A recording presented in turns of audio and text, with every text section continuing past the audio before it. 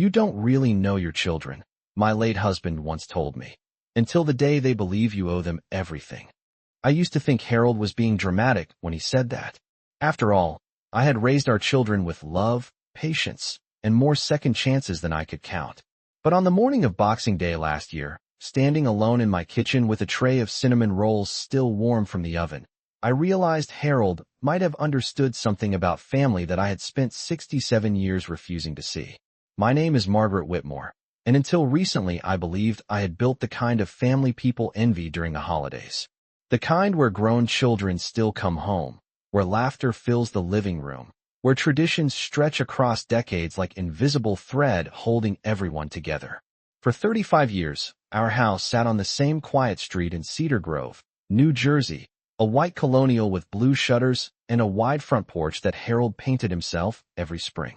It was the house where my son Daniel learned to ride his bike on the cracked driveway, where my daughter Emily used to perform imaginary Broadway shows in the living room, using the fireplace hearth as her stage. After Harold passed away 8 years ago, the house became something else entirely. It wasn't just a home anymore. It was proof that our family still had roots. And Boxing Day had quietly become one of my favorite traditions. Christmas Day was always a little chaotic with in-laws and travel plans, but the day after Christmas, December 26th, belonged to just us. My children, their spouses, sometimes a few grandkids, all gathered back at the house for leftovers, coffee, and a slower kind of celebration. That morning I woke up before sunrise, the way I always did, and shuffled down the hallway in my wool slippers. The house was silent except for the low hum of the refrigerator and the ticking wall clock Harold insisted on buying at an antique shop in Vermont nearly 20 years ago. Outside the window, a thin layer of snow covered the lawn, sparkling under the pale winter sun. It was cold enough that my breath fogged the glass when I leaned closer to admire it. I remember smiling to myself, thinking how perfect the day felt. I brewed a pot of dark roast coffee and started warming up the oven. Cinnamon rolls were Daniel's favorite, and Emily always joked that mine were better than anything she could buy in Manhattan. Small things like that mattered to me. They made me feel useful, needed. On the kitchen table sat 3 neatly wrapped boxes, each tied with silver ribbon. Nothing extravagant, just thoughtful gifts. I had always believed that the best presents were the ones that showed you were paying attention. Daniel's box held a vintage baseball cap from his favorite team, something he'd mentioned months ago during a phone call. Emily's gift was a delicate silver bracelet I'd seen her admire during a shopping trip in early December. And for Lisa, Daniel's wife, I had chosen a soft cashmere scarf in a warm cream color. She had complimented one just like it in a store window last fall. I remember feeling proud of myself as I looked at the packages. Proud that even after all these years, I still knew my children well enough to pick something meaningful. By mid-morning the house smelled like sugar, cinnamon, and fresh coffee, the same comforting scent that had filled these rooms for decades of holidays. I arranged the rolls on a large ceramic plate, set out mugs, and straightened the ribbons on the gift boxes one last time. Outside, a car door slammed somewhere down the street, and for a moment my heart lifted the way it always did when I expected my family to arrive. I didn't know it then, but the gathering that day would quietly change how I understood my own children forever. The first car pulled into my driveway just after 10:30 in the morning, its tires crunching softly over the thin layer of snow that had settled during the night. And even before I saw who it was, I felt that familiar flutter of excitement in my chest, because for decades that sound had meant the same thing to me. My family was arriving home. I wiped my hands on a kitchen towel and walked toward the front window, peeking through the lace curtain the way I always did. And sure enough, it was Daniel's dark gray SUV pulling up beside the mailbox that Harold installed nearly 30 years ago. Daniel stepped out first, tall and broad-shouldered like his father, wearing a heavy winter coat and the same navy knit cap he had worn since college. Lisa climbed out from the passenger side, carefully adjusting her scarf as the cold air brushed her cheeks. And for a moment, I simply stood there watching them the way mothers do, quietly grateful that life had carried my children safely into adulthood. I opened the front door before they even reached the porch steps. "Good morning," I called warmly, the cold air rushing into the hallway as Daniel stepped forward and wrapped his arms around me in a quick hug. "Morning, Mom," he said, his voice cheerful but distracted, as though his mind was already somewhere else. Lisa smiled politely and leaned in for a brief embrace. Her perfume faint and expensive, the kind that lingers in the air long after someone leaves the room. "The house smells amazing," she said as she stepped inside, brushing a few snowflakes off her coat. "Cinnamon rolls," I replied, pleased that she noticed. "Just the way Daniel likes them." Daniel laughed softly as he kicked off his boots near the door. "Some traditions should never change," he said. A few minutes later, another car door slammed outside, followed by the crunch of footsteps across the porch. Emily burst through the doorway with a gust of cold air and energy that always reminded me of the little girl she used to be. "Mom, it is freezing out there," she said, stamping her boots on the mat before wrapping her arms around me in a tight hug. Emily lived in Manhattan now and rarely slowed down long enough to stay anywhere for more than a few days.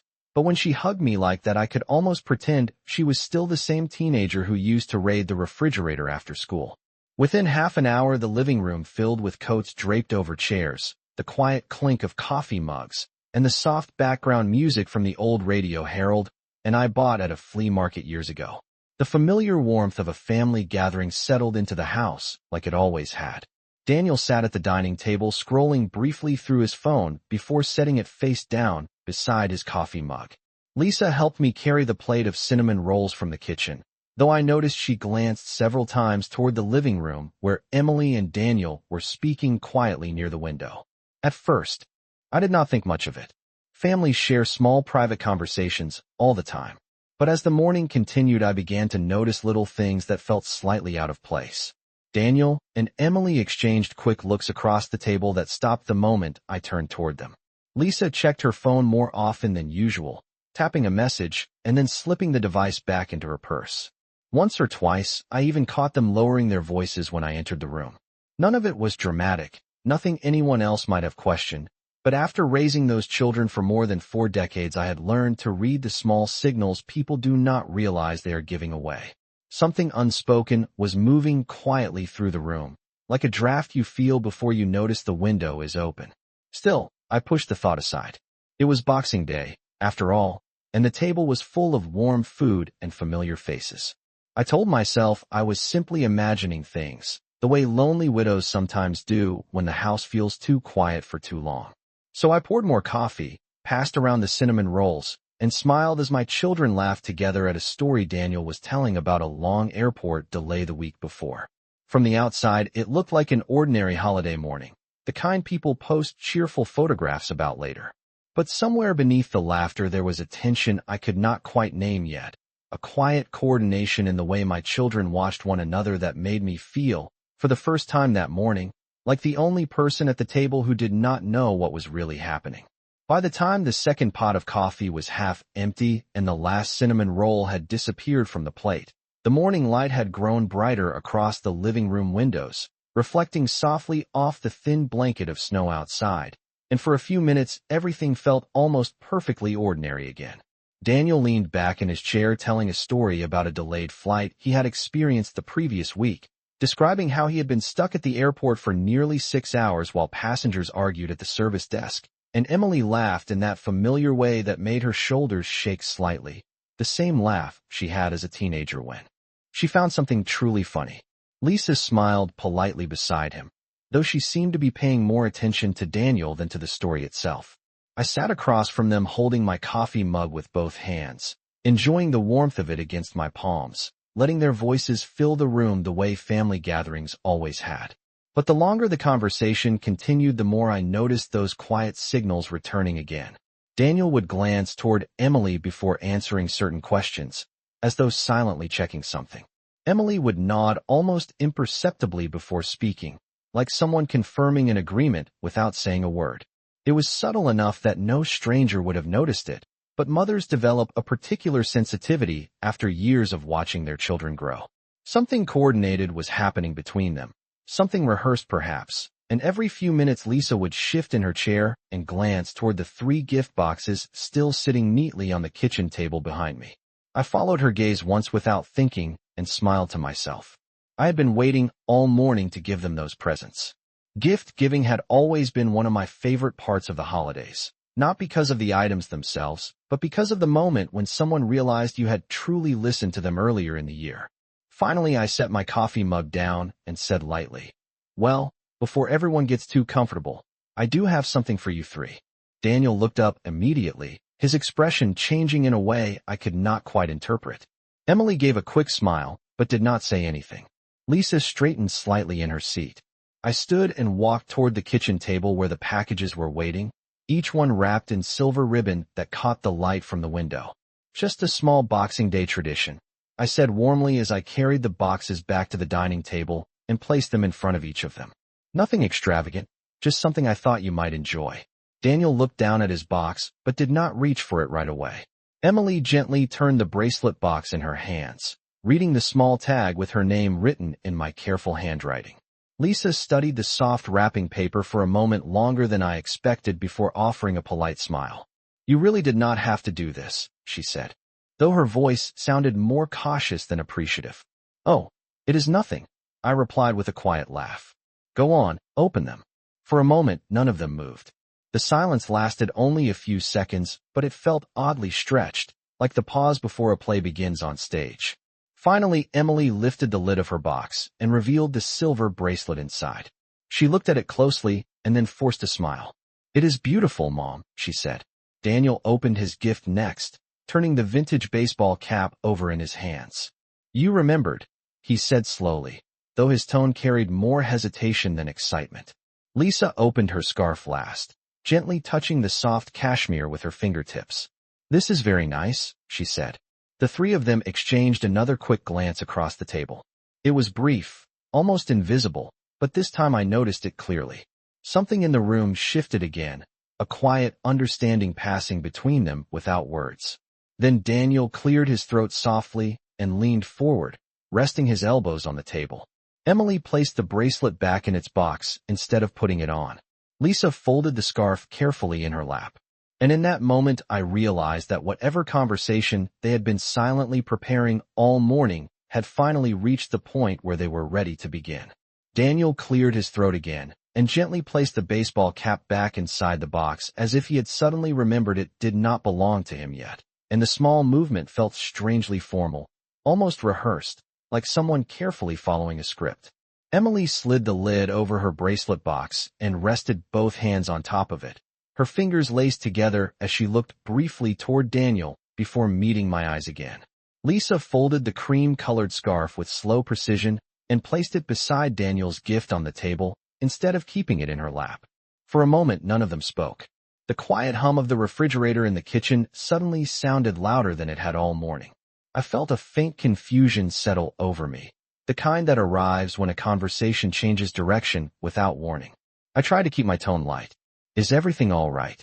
I asked gently, glancing from one face to another. Daniel leaned back slightly in his chair and exhaled through his nose, as though preparing himself for something that required courage. "Mom," he began slowly, "there is actually something we wanted to talk to you about today." His voice carried an unusual seriousness that immediately made my stomach tighten. Emily nodded beside him, her expression careful and composed. Lisa gave a small, encouraging smile toward Daniel as though signaling that he should continue.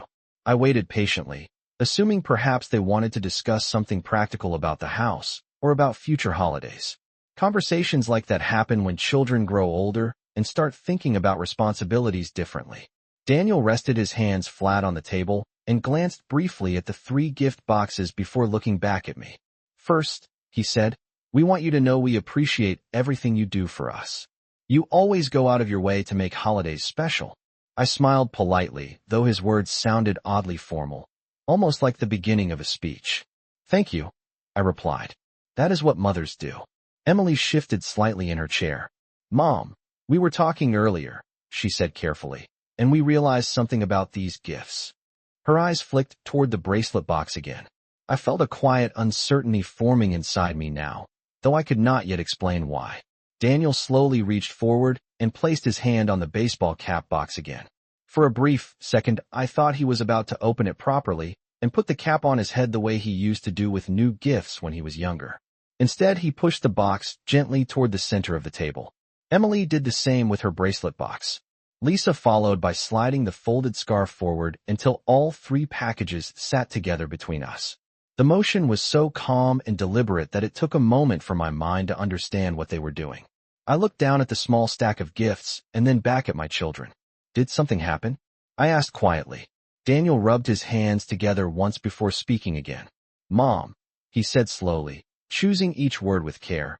We were thinking that maybe it would make more sense if you kept these instead. For a second, I thought he meant they preferred different colors or sizes, something simple that could easily be exchanged after the holidays. Oh, that is perfectly fine, I said reassuringly. If something is not quite right, we can always return it and find something better. Emily shook her head gently. That is actually what we were hoping, she said. We thought maybe you could return them. The sentence hung in the air longer than expected. I frowned slightly, trying to understand. Return them? I repeated. Daniel nodded once, still avoiding my eyes. Yes, he said. We were hoping you could take them back to the store.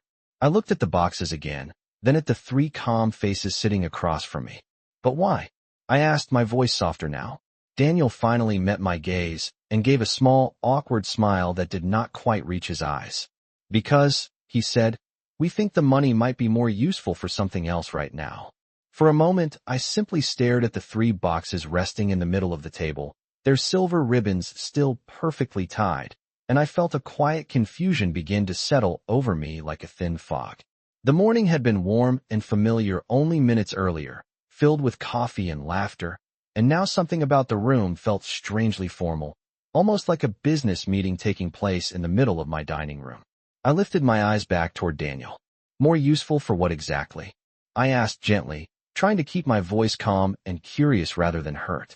Daniel glanced briefly toward Emily again, and she gave him the smallest nod, as if confirming it was time to say the next part out loud. Lisa folded her hands together on the table and leaned forward slightly, her expression polite but focused. Daniel inhaled slowly. Well, he said, we have been planning something for a while now. Emily continued the thought before he finished. It is a trip, she explained quickly. Just something we thought would be really special. I blinked once, still unsure where the conversation was heading. A trip? I repeated. Daniel nodded. Yes, a vacation. He paused for a second, then added, we actually already booked most of it. Emily leaned forward with a small burst of enthusiasm that had been missing earlier. It is in the Bahamas, she said. 7 days at a beach resort.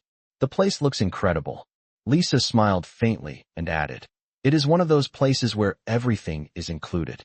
Food, activities, ocean view rooms. Daniel. Found it online a few months ago.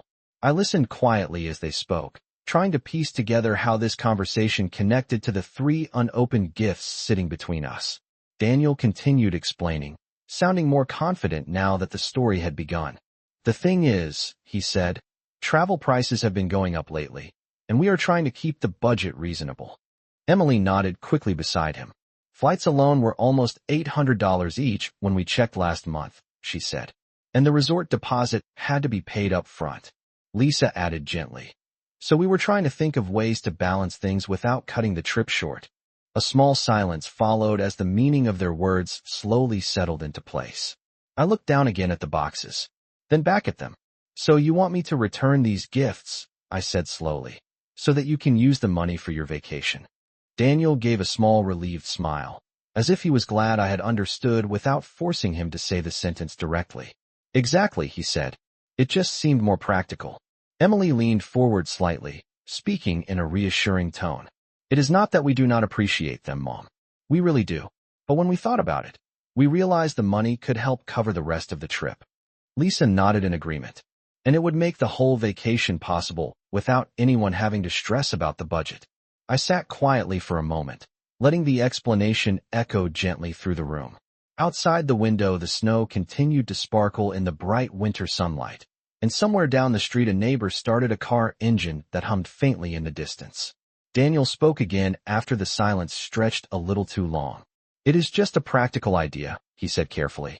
You would return the gifts, we would put that money toward the travel balance, and everyone wins. Emily added with a quick smile. And when we get back, we can show you all the photos.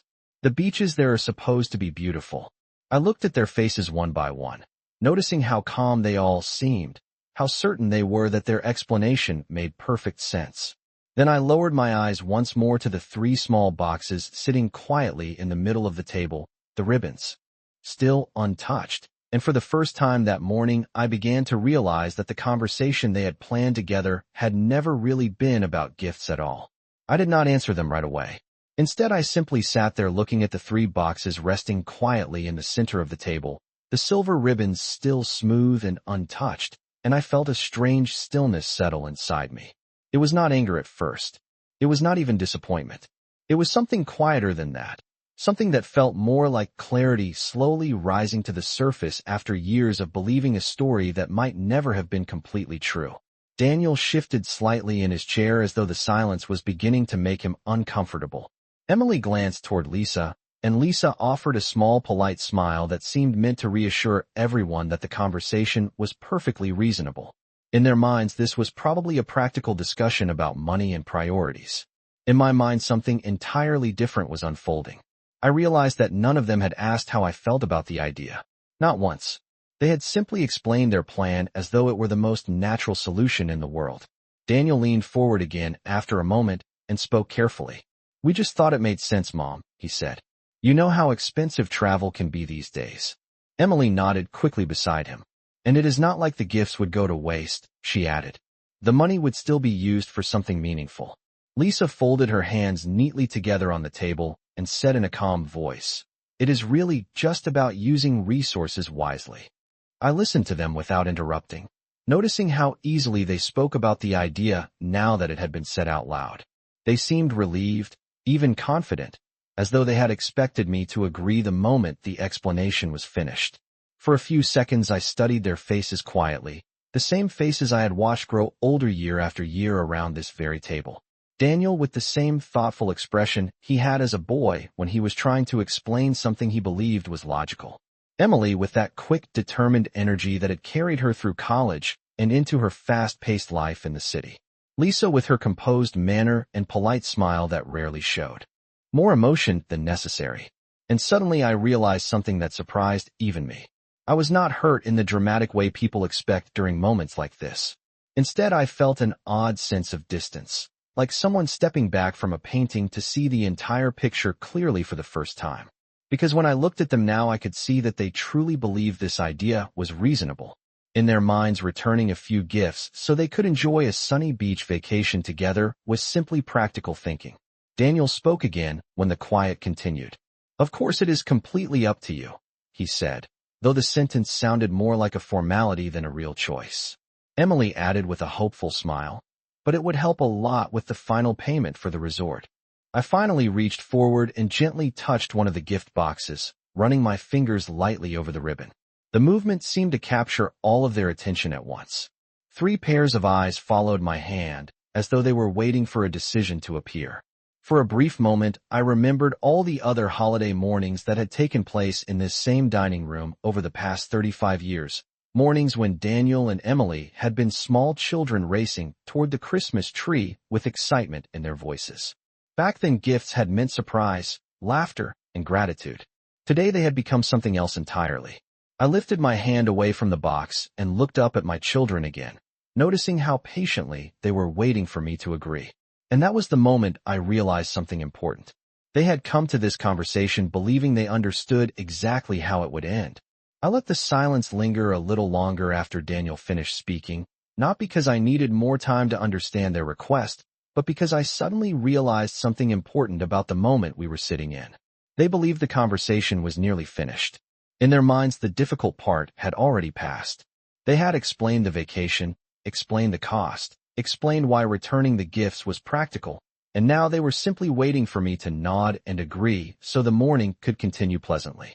Daniel shifted again in his chair and offered a small, reassuring smile. "It really would help a lot," he said. Emily nodded in agreement, her expression hopeful but relaxed, as though the outcome already felt certain to her. Lisa sat quietly with her hands folded together, watching me with polite patience. I looked at them carefully, one after another, and I noticed something that made the situation feel even clearer. None of them appeared worried. None of them looked nervous about how I might react. They simply looked expectant. That realization settled gently in my chest like a final piece of a puzzle clicking into place. I reached for my coffee mug and took a slow sip even though the coffee had grown lukewarm by now. The small action seemed to stretch the moment just enough to shift the rhythm of the conversation. Daniel cleared his throat again. Of course, if it is inconvenient, you do not have to do it right away, he added, perhaps sensing that my quiet reaction was lasting longer than he expected. Emily leaned slightly forward. Most stores allow returns for at least 30 days after the holidays, she said, her tone casual and informative. Lisa nodded. It should be very simple. I set the mug down gently and folded my hands together on the table. For the first time since the conversation had begun, I allowed myself to look directly at the 3 gift boxes again. The silver ribbons were still perfectly tied, just as they had been when I placed them there earlier that morning, with a completely different expectation of how the day would unfold. I noticed Daniel watching my hands carefully, as though he was trying to read my decision through the smallest movement. I almost smiled at the thought, because what they did not realize was that my mind had already moved somewhere entirely different from the question they had asked. I looked back up at them and spoke calmly. That sounds like a very nice vacation, I said. My voice remained steady and gentle, the same way it always had when speaking to my children. Emily brightened slightly. It really does look beautiful, she replied quickly. Daniel nodded. We have not taken a real trip like that in years. Lisa added softly. It would be a great break from work for all of us. I listened to them for another moment as they described the beaches, the clear water, the warm weather waiting for them in the Bahamas while winter covered New Jersey in snow. Their voices carried a quiet excitement now that the idea had been spoken openly. When they finished, I gave a small, thoughtful nod, as though considering everything they had said very carefully. Then I slowly pushed my chair back from the table and stood up. The movement surprised them enough that all 3 pairs of eyes followed me immediately. Mom, Daniel asked. I offered him a calm smile. There is something I would like to show you first, I said. Emily tilted her head slightly, confused but curious. Lisa straightened in her chair. Without another word, I turned and walked toward the small desk in the corner of the dining room, the same desk Harold had used for years to keep household papers organized. I opened the top drawer and carefully reached inside until my fingers found the envelope I had placed there earlier that week. It was a plain white envelope, neatly sealed, with my name printed across the front in the careful handwriting of a lawyer. I held it gently for a moment before turning back toward the table. Daniel's expression had shifted now from relaxed confidence to quiet curiosity. Emily watched the envelope with a puzzled look. Lisa leaned slightly forward, as though trying to see the name written on the front. I walked back to the table slowly and placed the envelope in the center, right beside the 3 untouched gift boxes. For the first time that morning, none of them spoke at all. The envelope rested quietly beside the 3 unopened gift boxes, its plain white surface suddenly drawing more attention than anything else on the table. Daniel was the first one to speak, though his voice sounded noticeably less certain than it had only moments earlier. What is that? He asked, leaning forward slightly as if the paper itself might answer the question. Emily glanced at the name written across the front and then looked back at me with a puzzled expression. Lisa remained silent, but her posture straightened as she studied the envelope carefully. I folded my hands together and sat back down in my chair, giving the moment just enough silence to allow their curiosity to grow. It is a letter from my attorney, I said calmly. The word attorney seemed to change the atmosphere in the room immediately. Daniel frowned slightly, confusion replacing the relaxed confidence he had carried earlier. Your attorney? He repeated. Emily looked between us quickly. Mom, is something wrong? She asked. I shook my head gently. No, nothing is wrong, I replied in the same calm tone I had used throughout the conversation. In fact, this is something I have been meaning to take care of for a while. Lisa leaned forward just enough to glance again at the envelope, as if hoping to read more details from the handwriting. Daniel rested his elbows on the table. What is it about? He asked. I reached forward and lightly touched the edge of the envelope, but did not open it. It is paperwork regarding the house, I explained. The 3 of them exchanged quick glances at one another, the same silent communication I had noticed earlier that morning, but this time it carried a very different kind of curiosity. Emily spoke first. What kind of paperwork? She asked. I looked around the dining room slowly, letting my eyes pass over the familiar details that had filled this space for decades. The wooden cabinet Harold built during our first winter in the house. The framed photograph of Daniel and Emily standing beside a snowman nearly as tall as they were when they were children. The long dining table where birthdays, holidays, and quiet Sunday dinners had taken place for 35 years. Then I looked back at my children. Last month, I said gently, I made a decision about the future of this house. Daniel's brow tightened slightly. What kind of decision? He asked. I slid the envelope a few inches closer toward them across the table. The movement caused all three of them to follow it with their eyes. I sold it, I said. For a moment, none of them reacted at all, as though the sentence needed time to settle into their understanding. Emily blinked twice. Sold the house? She repeated slowly. Daniel sat upright in his chair. Wait, he said, his voice now sharper with surprise. You sold this house? Lisa looked from Daniel to me, and then back to the envelope again, clearly trying to process the information. I nodded once, calmly. Yes, I said. The sale was finalized 3 weeks ago. The silence that followed felt completely different from the earlier quiet in the room. Before, they had been waiting for my agreement. Now they were trying to understand. A reality they had not expected at all. Daniel leaned forward again. But you did not say anything about that, he said. Emily added quickly, where are you going to live? I kept my expression gentle and steady. I have already arranged everything, I replied. A small place closer to the coast. It is peaceful and much easier to maintain than a house this size. Lisa looked around the dining room again as if seeing it for the first time. Daniel's eyes moved slowly from the envelope to the windows and then back toward me. When were you planning to tell us? He asked. I paused for a moment before answering, allowing the quiet weight of the moment to settle over the table once more. I thought today seemed like the right time. Daniel stared at me for several seconds after my words settled over the table, his expression caught somewhere between confusion and disbelief. Emily was the first to break the silence, her voice quieter than it had been earlier. You sold the house, she repeated slowly, as though saying the sentence again might change its meaning. I nodded gently. Yes, I said. The paperwork was finalized 3 weeks ago. Lisa looked around the dining room once more, her eyes moving across the familiar furniture and the framed photographs on the walls, as if she were seeing them differently now that she knew they no longer truly belonged to our family. Daniel ran a hand slowly across his forehead. But this is our family home, he said, the words sounding more surprised than upset. You have lived here forever. I smiled faintly. 35 years, I replied. And they have been good years. Emily leaned forward, her voice carrying a mixture of concern and curiosity. Where exactly are you moving? She asked again. I found a small cottage near Cape May, I explained calmly. It is about 600 square feet, just enough space for me, and it sits only a few blocks from the ocean. The place has a small porch where I can drink coffee in the mornings and watch the sunrise. For a moment, none of them spoke. The image of a small coastal cottage seemed very different from the large house where they had grown up. Daniel glanced at the envelope again. What happened to the money from the sale? He asked carefully. I rested, my hands lightly on the table. Most of it has been placed into a trust, I answered. Emily tilted her head slightly. A trust? I nodded. Yes. My attorney and I arranged it so that the funds will support a community program that helps older residents who live alone maintain their homes and receive assistance with daily tasks. Lisa looked genuinely surprised now. You donated the money? She asked. Not entirely, I said gently. I kept enough to live comfortably and enjoy the years I have left. But the majority will go toward that program. Daniel leaned back in his chair, clearly trying to absorb everything at once. You did all of this without telling us, he said. I met his eyes calmly. I have spent most of my life making decisions for this family, I replied. This time I made one for myself. The room fell quiet again.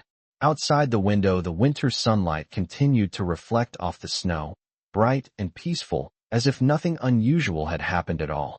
Emily glanced once more at the 3 gift boxes still sitting unopened beside the envelope. So the house is already sold, she said softly. Yes, I answered. Daniel slowly exhaled through his nose and looked down at the table for a moment before speaking again. I guess that changes things, he said. I nodded gently. Sometimes change is necessary, I replied. I reached forward then and slid the 3 gift boxes back toward them, one by one. You should still keep these, I said calmly. They were chosen with care. Daniel looked at the baseball cap again, this time with a different expression than earlier. Emily opened her bracelet box once more and held the silver piece in her hand as the light from the window caught its surface. Lisa touched the soft scarf quietly. I stood from the table and walked toward the kitchen window, looking out at the quiet street where this house had stood for more than 3 decades. For the first time that morning, I felt completely certain about the path ahead of me. After a moment, I turned back toward them and spoke gently, the way I always had when offering a lesson I hoped they would remember. When someone gives you a gift, I said, the value is never really in the price. It is in the thought behind it. And that is something you cannot return for a refund.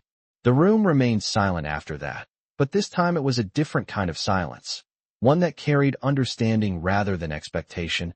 And as I looked around the dining room one last time, I realized that sometimes the most important gifts in life are the ones that teach us exactly where we truly stand.